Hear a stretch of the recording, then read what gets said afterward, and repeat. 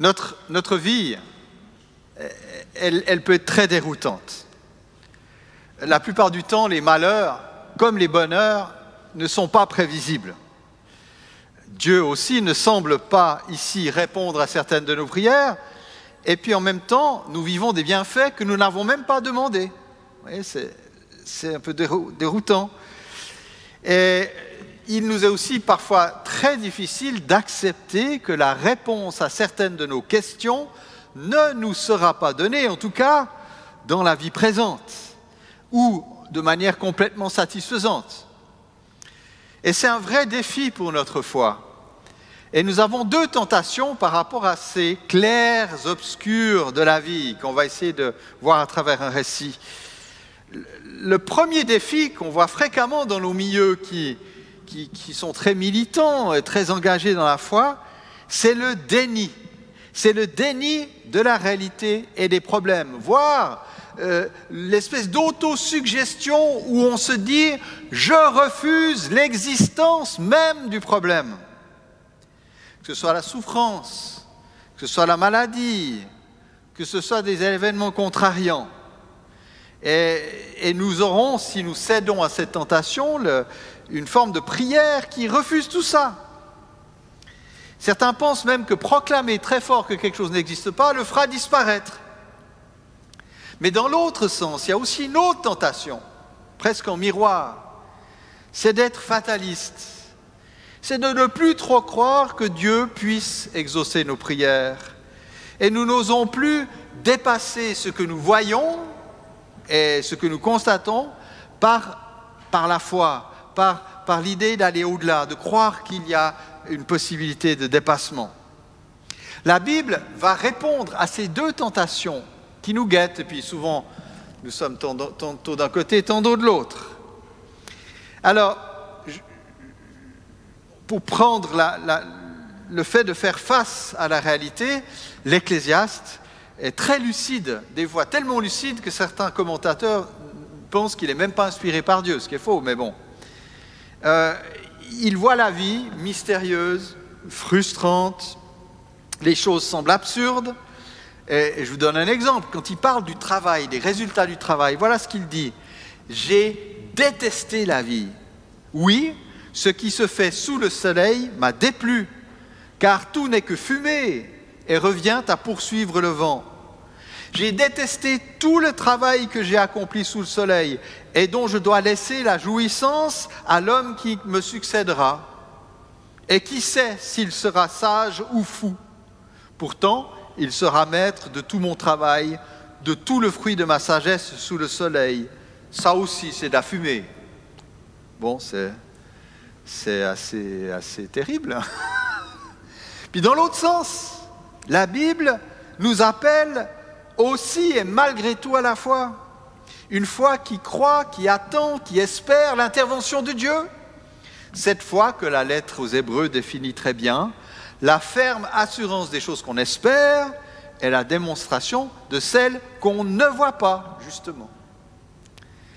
Mais ces deux messages ne sont pas contradictoires. L'Ecclésiaste fait un constat limité à la vie présente. Si je prends la vie comme ça, limitée dans la petite bulle d'existence entre ma naissance et ma mort, eh bien oui, cette vie sous le soleil est vraiment pleine d'énigmes et de frustrations. Mais si on lit bien l'Ecclésiaste, parce qu'il dit souvent sous le soleil, si vous avez lu l'Ecclésiaste tout le temps sous le soleil, il sous-entend qu'il y a bien quelque chose au-delà du soleil. Le sous le soleil limite bien son constat, et au-delà, au-dessus de ce soleil, eh bien il y a Dieu.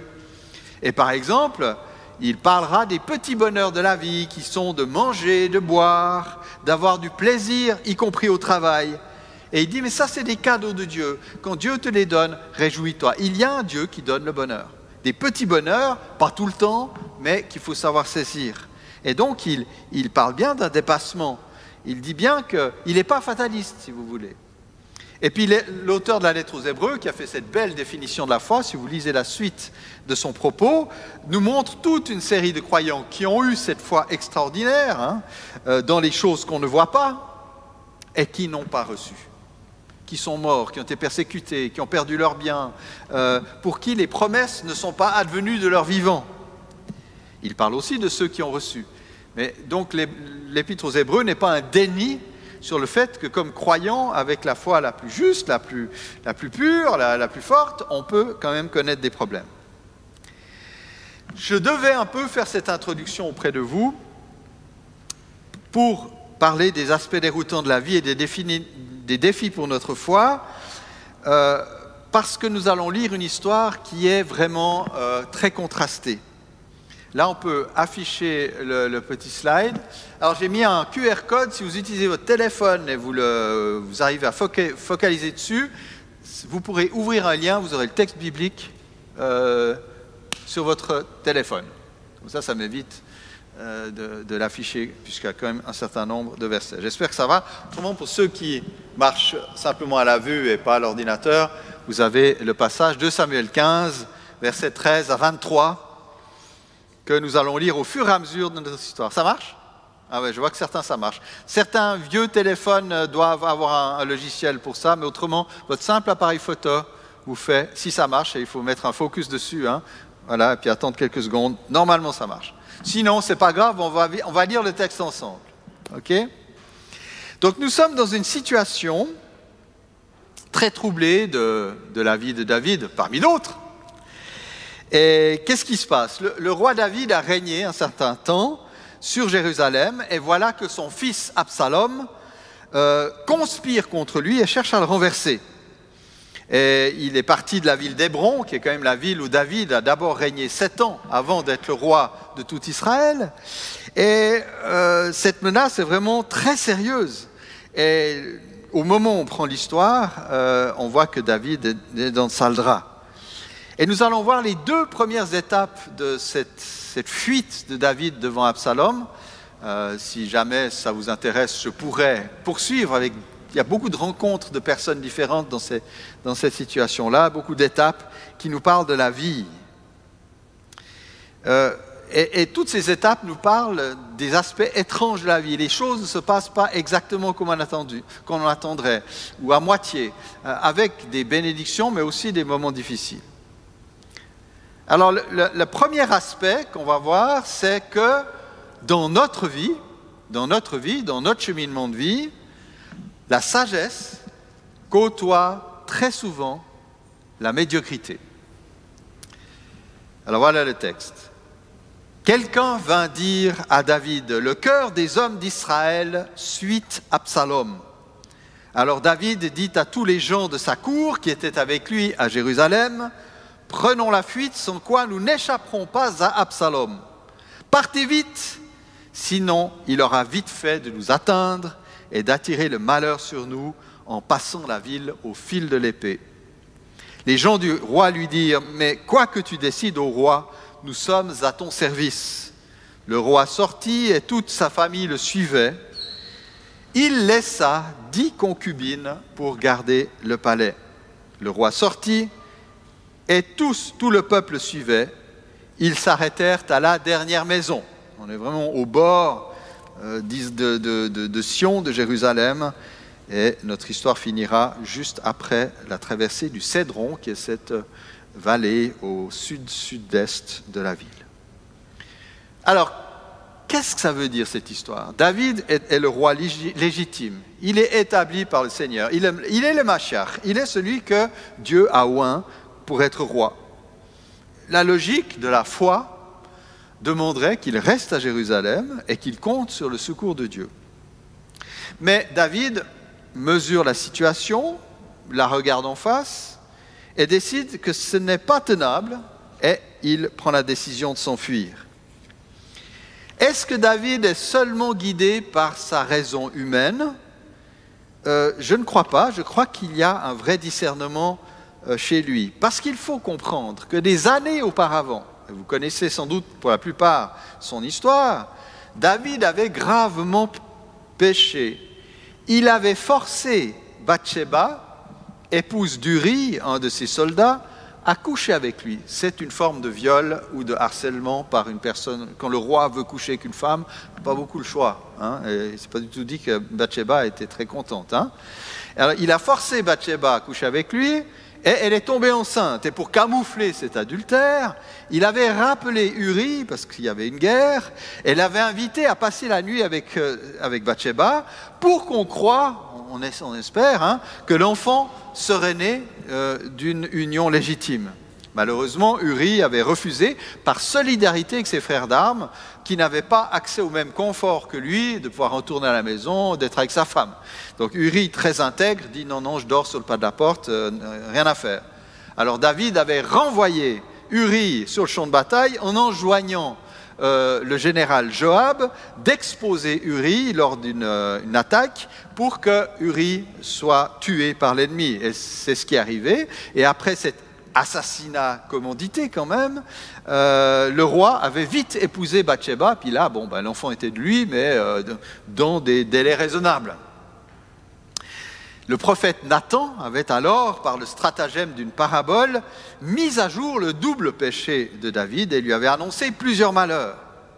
Il avait prédit que son règne connaîtrait des conflits continuels, ce qui sera le cas, mais il avait aussi fait cette prédiction qui vient éclairer notre texte.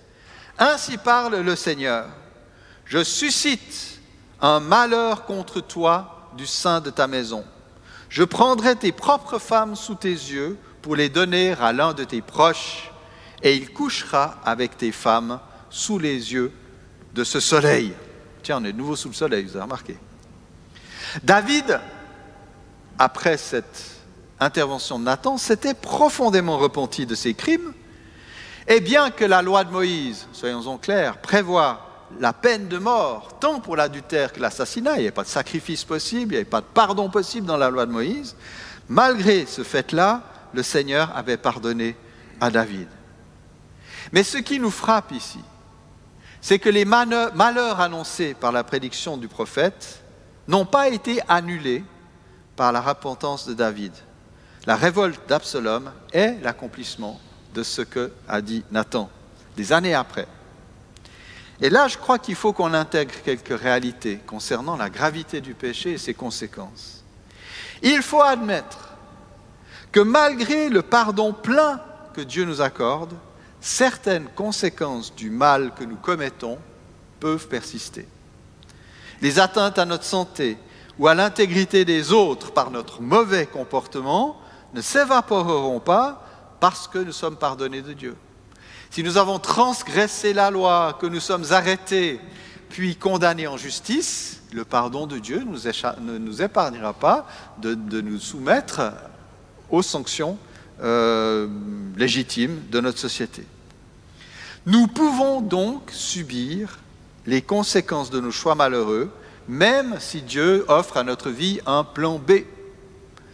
Paul, à la fin de sa vie, dans une des épîtres pastorales, je ne sais plus si c'est Timothée ou Tite, parle encore de ses regrets d'avoir été un persécuteur de l'Église. Il a quand même tué des gens, il en a malmené, il a peut-être même forcé à renier leur foi. Tout ça, alors que Dieu l'a sauvé, Paul, et lui a changé sa vie, ça n'a pas été ramené, ses victimes n'ont pas été ressuscitées, les dégâts qu'il a faits dans les vies n'ont pas été réparés. La fuite de David montre donc, face à cette prédiction, qu'il discerne pourquoi cette épreuve lui est imposée. Il sait qu'il n'y échappera pas. Mais à part sa fuite, qui est le signe, à mon avis, d'un vrai discernement, le reste de sa décision ne peut qu'étonner, voire choquer. Et je vous avertis, je n'ai pas de réponse satisfaisante. Il laisse 10 concubines derrière pour garder le palais, juste après avoir dit « on va tous être massacrés ». Je ne vois pas pourquoi ces pauvres concubines, je ne sais pas, est-ce qu'elles avaient des éventails pour se défendre? Je veux dire, c'est juste n'importe quoi.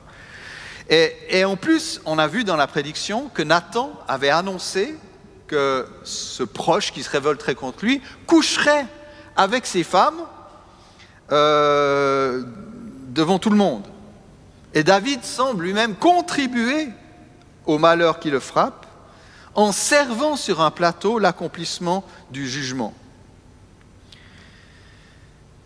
Mais livrer ses femmes à un viol, parce que ça va se produire, Dans la suite de l'histoire, nous le savons, sous les conseils du Judas de l'Ancien Testament, Ahitophel, le grand conseiller de David, d'ailleurs, qui, quand il sera contrarié, ira se pendre comme Judas le fera après avoir trahi Jésus, Ahitophel lui dit à Absalom de coucher avec ses concubines devant tout le monde, ce que fera pour humilier David Absalom. Ce sont des épouses de second rang, ok. Est-ce que le roi s'est dit, bon, si je les livre au viol collectif auquel elles vont être soumises, ça évitera qu'on fasse du mal aux femmes de premier rang que j'aime. Ça ne rend pas ce viol acceptable. Et exposer des femmes comme ça, c'est totalement incompréhensible. Et le plus choquant en plus, peut-être pour nous, c'est que quand il reprendra le pouvoir après la défaite d'Absalom, David va enfermer ses femmes dans une maison, dans une sorte de harem, et plus jamais les toucher de toute leur vie, parce que son fils a couché avec elle. Alors qu'est-ce que ça veut nous dire? Ça révèle chez David une énorme faille morale, un rapport vraiment très méprisant envers les femmes. Ce n'est pas la première fois, ce n'est pas la seule fois. Le viol de Bathsheba, le mauvais traitement des concubines montrent que David, au fond, dans cet aspect de son comportement, est aussi médiocre et aussi semblable à la culture qui l'entoure. Une culture patriarcale où les femmes sont des objets qu'on peut bouger d'un homme à l'autre, qu'on utilise pour son plaisir ou pour se mettre en avant. David, cet homme selon le cœur de Dieu, a été capable, vous voyez dans cet épisode, à la fois du meilleur, un discernement, un vrai, et du pire, en suivant exactement la manière de faire de son temps. Qu'est-ce qu'on peut penser de cette espèce de mélange chez lui? On aimerait tellement trouver une solution. Moi, j'ai regardé les commentaires. Oui, David avait oublié que la prédiction...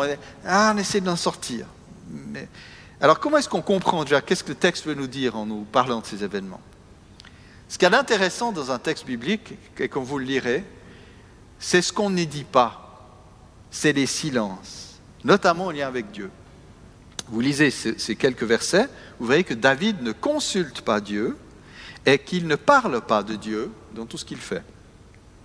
Cette absence de référence à Dieu peut indiquer, de la part de l'auteur, que le roi suit ses propres penchants culturels, corrompus par le péché. L'auteur du livre de Samuel ne dit pas que David fait bien, il ne dit pas qu'il fait mal. Ça aussi, c'est un silence. En gros, il nous laisse en plan. Mais il nous place devant une leçon spirituelle. Le fait qu'il nous laisse dans ce malaise, sans le résoudre, me semble très éducatif, très pédagogique.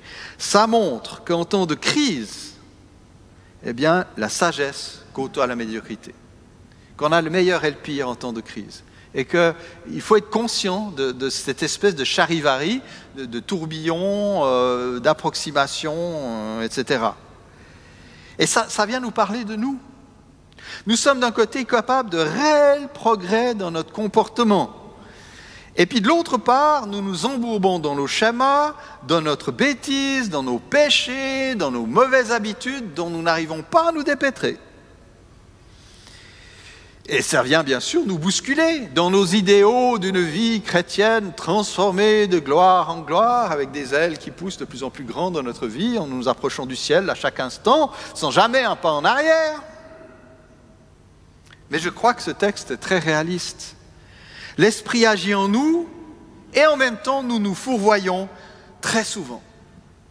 En préparant ce message, je suis tombé, dans la même période, sur un tweet qui citait John Newton. Est-ce que vous savez qui est? Ce n'est pas Isaac Newton. John Newton, vous connaissez? Je vais vous expliquer qui c'est. Il est très connu, indirectement. John Newton était un esclavagiste américain qui, parce que Dieu l'a sauvé d'un naufrage, a voué sa vie au Seigneur et a lutté le reste de sa vie contre la traite négrière. Et surtout, on le connaît, XVIIIe siècle, comme l'auteur de Amazing Grace. Amazing grace, how sweet the sound, who saved a wretch like me. Hein, grâce formidable, quel doux son, qui a sauvé un salopard comme moi. A wretch, c'est vraiment un misérable, un salaud.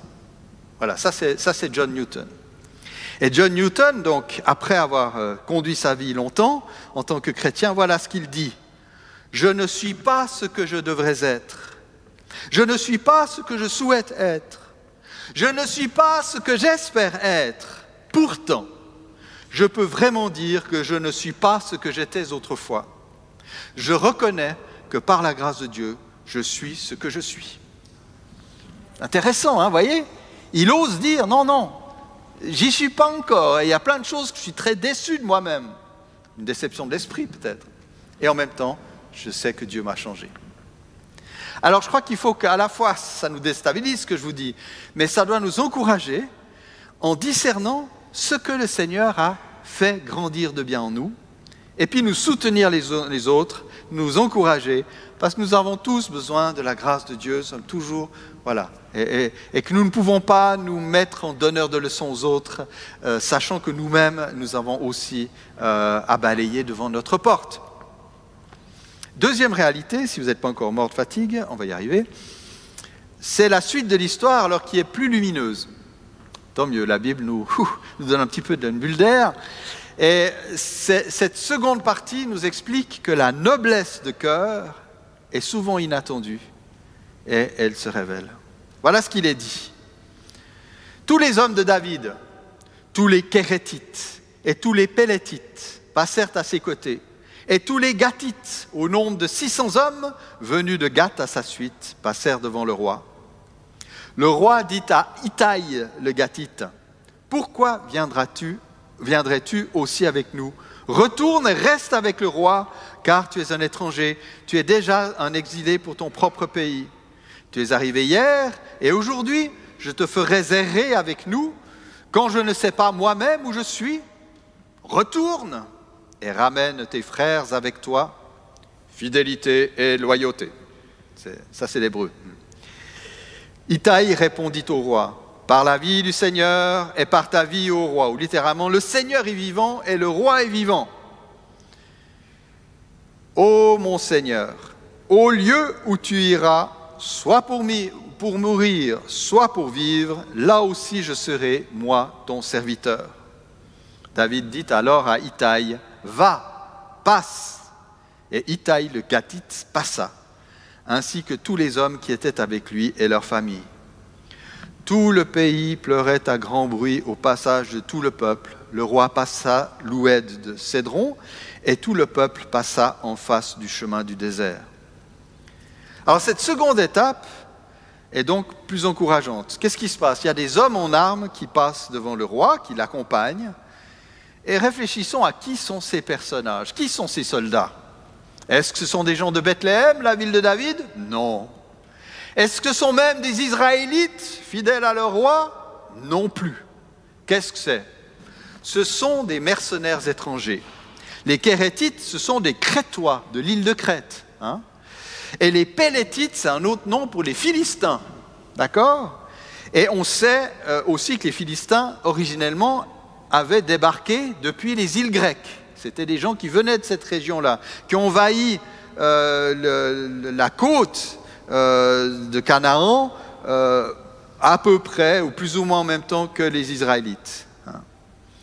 Ces Kérétites et ces Pélétites, les autres fois que la Bible en parle, elle les présente comme toujours très proches du roi, et il est assez clair que ce sont sa garde rapprochée. Donc la garde rapprochée du roi d'Israël, ce sont des Palestiniens, des Philistins, parce qu'il y a un jeu de mots, Palestine vient du Philistin, juste pour rire, juste pour faire un petit choc comme ça aujourd'hui. Surtout pour ceux qui, comme moi, aiment Israël, ça vient de nous chicaner. Très bien. Le troisième contingent de 600 hommes sont des Philistins, et ils viennent en particulier de Gath. Alors Gath, qu'est-ce que c'est?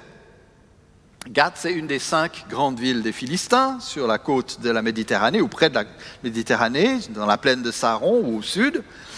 Et Gath, c'est la ville d'où venait Goliath. d'accord? Goliath, ce géant qui n'était pas philistin, un fils d'Anak, que David avait abattu d'un coup de fronde. Gath, c'est aussi la ville dont David, en fuite devant Saül, et à la tête de vauriens, avait servi le roi Akish de Gath. David l'avait servi. Et c'est intéressant, si on regarde bien l'histoire de David auparavant, que justement la troupe de David au service d'Akish était composée de 600 hommes aussi. C'est marrant. Alors les Philistins, on sait bien, ils sont en conflit depuis des années avec les Israélites pour contrôler la région. C'est eux d'ailleurs qui, juste avant que David monte sur le trône, ont tué le roi Saül à Gilboa, près du mont Carmel, au nord du pays. Et après notre épisode ici, il y a des récits de David encore en guerre avec les Philistins. Donc les relations entre Israélites et Philistins sont donc instables. C'est fait de conflits et d'alliances, ça dépend les jours. Et David est donc assez étonné de ce que les mercenaires philistins et crétois restent avec lui, en particulier Itai de Gath et ses hommes. Et il s'en étonne parce qu'il ne peut pas leur offrir un avenir très sûr. Il dit à ses soldats et à Itai qu'ils ont déjà quitté leur peuple, ils ont déjà quitté leur ville, et qu'il ne peut que leur offrir une vie incertaine. Le verbe traduit par « je te ferai errer », eh bien, signifie par ailleurs trembler et titubant. En quelque sorte, l'avenir de David, au moment où il parle, est boiteux. Il titube. Ça décrit même le titubement d'un aveugle qui a de la peine à trouver son chemin. Hein. Les Philistins sont des étrangers. Ils n'ont aucune raison patriotique d'être liés à ce roi en fuite. Alors David leur propose avec sagesse de faire demi-tour. Et d'ailleurs, il a sorti sa proposition d'une bénédiction. Il dit littéralement bonté et fidélité. Alors certainement la version que vous avez dit que le Seigneur t'accorde, mais dans le texte, c'est pas écrit ça, c'est juste écrit bonté et fidélité. Mais c'est quand même une référence à Dieu parce que Dieu est riche en bonté et en fidélité. C'est la révélation qu'il a donnée à Moïse après la crise du veau d'or. Et David, en quelque sorte, il dit je ne vous reproche rien. Si vous partez, c'est normal. Faites ce qui est logique. Et c'est là qu'Itai répond de manière très étonnante.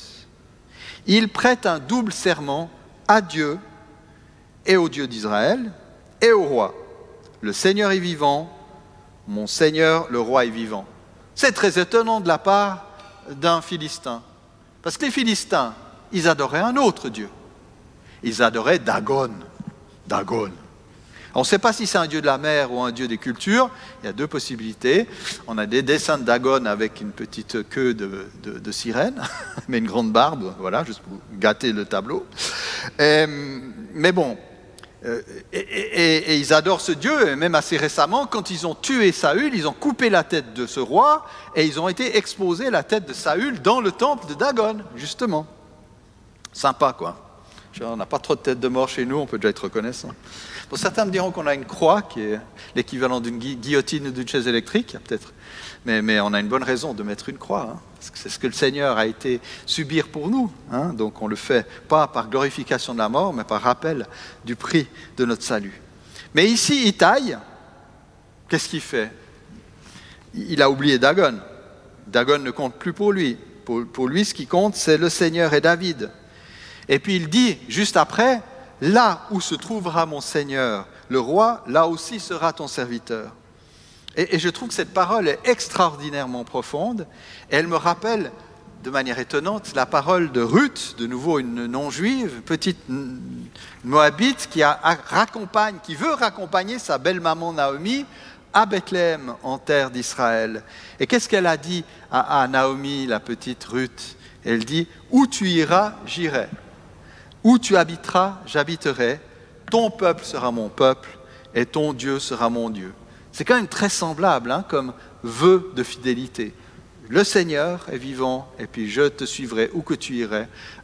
Tu es mon roi. Hein. David, lui, a parlé d'errance, de tituber. Et puis le Philistin, lui, il dit « Je te suivrai littéralement si pour la mort, si pour la vie. En français, on dirait à la mort, à la vie. Et sous ce regard-là, Itai est bien plus qu'un mercenaire dont le seul motif serait l'argent ou les avantages ou la puissance. Et ça va même plus loin, il a adopté Dieu, le Dieu d'Israël, et son roi, sans aucun regard pour les avantages terrestres de cet engagement. Alors David ne peut qu'honorer cette noblesse de cœur et il laisse les gardes l'accompagner. Je trouve aussi qu'il y a une résonance entre Itai et Uri. Uri que David a fait assassiner. Uri n'était pas un Israélite, c'était un Hittite, un Hétien. Je ne sais pas si c'est un Hittite, des Hittites ou des... Voilà, bref, c'est quelqu'un qui n'est pas israélite. C'est un homme que David avait fait assassiner précisément à cause de sa fidélité et de la noblesse de cœur. Alors là, on est vraiment dans un contraste. Ici, on a Itai qui manifeste la noblesse de cœur et que David écoute. Uri, qui a été un homme fidèle et honnête, bon, David était emporté par la passion de son péché, eh bien, il l'a tué. On peut peut-être penser que David a appris quelque chose quand même d'auparavant. Mais revenons à la noblesse d'Itai. Elle nous fait entrevoir quelque chose de plus grand que cette petite histoire. Elle nous fait entrevoir le plan que Dieu a pour le salut de l'humanité. Ésaïe le dit, tout à la fin d'Ésaïe.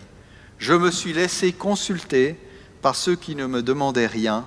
Je me suis laissé trouver par ceux qui ne me cherchaient pas. » Et Paul reprendra cette prophétie d'Ésaïe dans la lettre aux Romains pour dire que Ésaïe a eu l'audace, il parle d'audace prophétique, d'entrevoir le salut offert aux non-juifs, dont Itai. Hein? Bon, c'est plus tard que Itai. Hein. L'histoire humaine de l'humanité est notre propre histoire, malgré les aspects sombres et effrayants et énigmatiques. Eh bien, cette histoire révèle des divines surprises, des signes et des grâces et des accomplissements de la part de Dieu. Nous, qui sommes, je pense, l'ensemble d'entre nous, nous sommes des non-juifs devenus disciples de Jésus. Eh bien, nous sommes spirituellement les enfants de personnes comme Itai, le Philistin. Nous aussi, Dieu nous a fait la grâce de trouver le chemin du salut, alors que nous n'appartenions pas à son peuple. Nous aussi, nous pouvons prêter serment, comme Itai l'a fait, selon ce que Paul dit aussi aux chrétiens de Rome, un peu plus loin. Voilà ce que Paul dit, et ça ressemble bien au serment d'Itai. « Aucun de nous ne vit pour lui-même, et aucun ne meurt pour lui-même. Si nous vivons, c'est pour le Seigneur que nous vivons. Et si nous mourons, c'est pour le Seigneur que nous mourons. Ainsi, soit que nous vivions, soit que nous mourions, nous appartenons au Seigneur. » Et j'ajouterai comme Itai, à la mort, à la vie. Nous sommes nous-mêmes, hein, si on cherche des bénédictions de Dieu, nous sommes nous-mêmes la bonne surprise de l'histoire du salut. Voilà. On en cherche plein d'autres moins importants, mais nous sommes nous-mêmes le support, la manifestation de cette surprise du salut offert à tous. Par la grâce de Dieu, la nature humaine a une grande noblesse. Le fait d'être des êtres humains, dès l'instant où nous sommes gouvernés par l'Esprit, dès l'instant où nous manifestons les belles choses que Dieu nous a données et qui font partie de notre nature humaine, il y a une réelle noblesse dans l'humanité.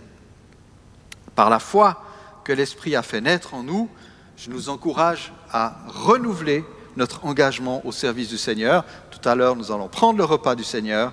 Eh bien, prenons-le en disant « Seigneur, ce sera à la vie, à la mort. » Sachant que je vais être très décevant, je sais à l'avance, je vais être très décevant après, en bien des points. Mais ce sera quand même à la vie, à la mort, et puis je demande la grâce de progresser.